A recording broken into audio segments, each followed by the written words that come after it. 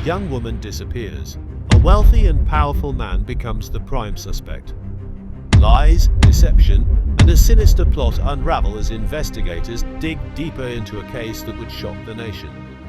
This is the disturbing story of Marie Fahey, and the man who would do anything to keep her under his control.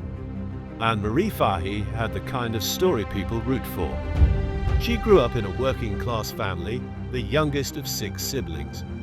Her mother died when she was just 9 years old, leaving a deep emotional scar. But Anne was determined to build a life for herself.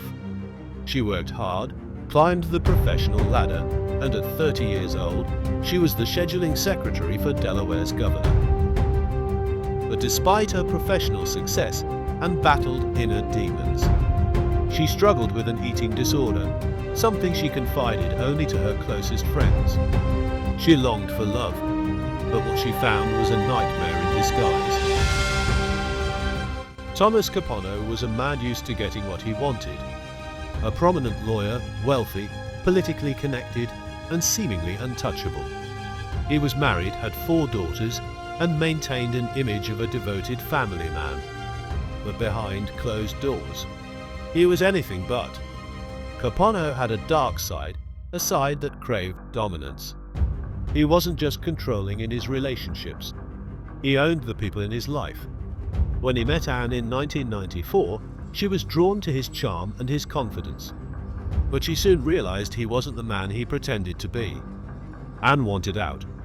But breaking free from Thomas Capano was not an option. On June 27, 1996, Anne had dinner plans. She met Thomas Capano at an upscale Philadelphia restaurant. Witnesses say they seemed normal. But Anne knew this was the night she was going to end things for good. She was already seeing someone new. She wanted a life without Capano's suffocating control. She would never get that chance.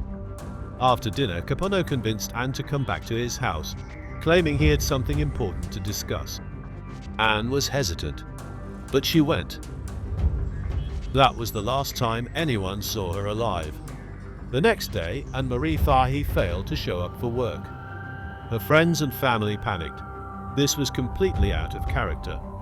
Her apartment showed no signs of forced entry, but something was wrong. Her purse and keys were missing, yet everything else remained untouched. Even the meal she had prepared for herself the night before was still in the fridge, uneaten. The bed was neatly made. There were no signs of a struggle. It was as if Anne had simply vanished into thin air.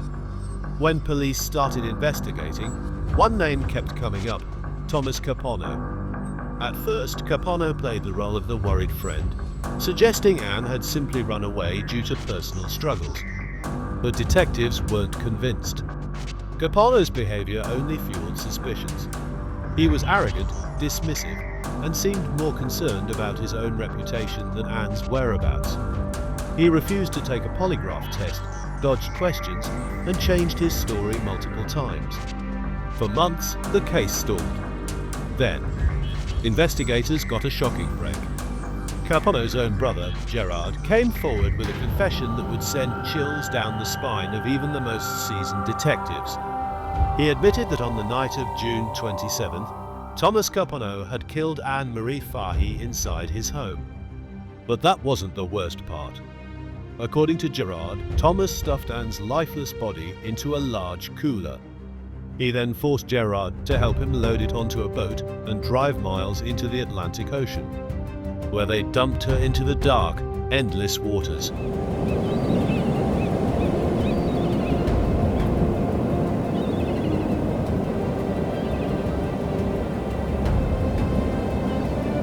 Her body was never found. With Gerard's testimony, Capano was arrested and charged with murder. His trial was a media circus. The prosecution painted him as a sociopath who believed he was untouchable. The defense tried to argue that Anne's death was an accident, but the jury saw through the lies. In 1999, Thomas Capano was found guilty and sentenced to death. But in 2006, his sentence was reduced to life in prison.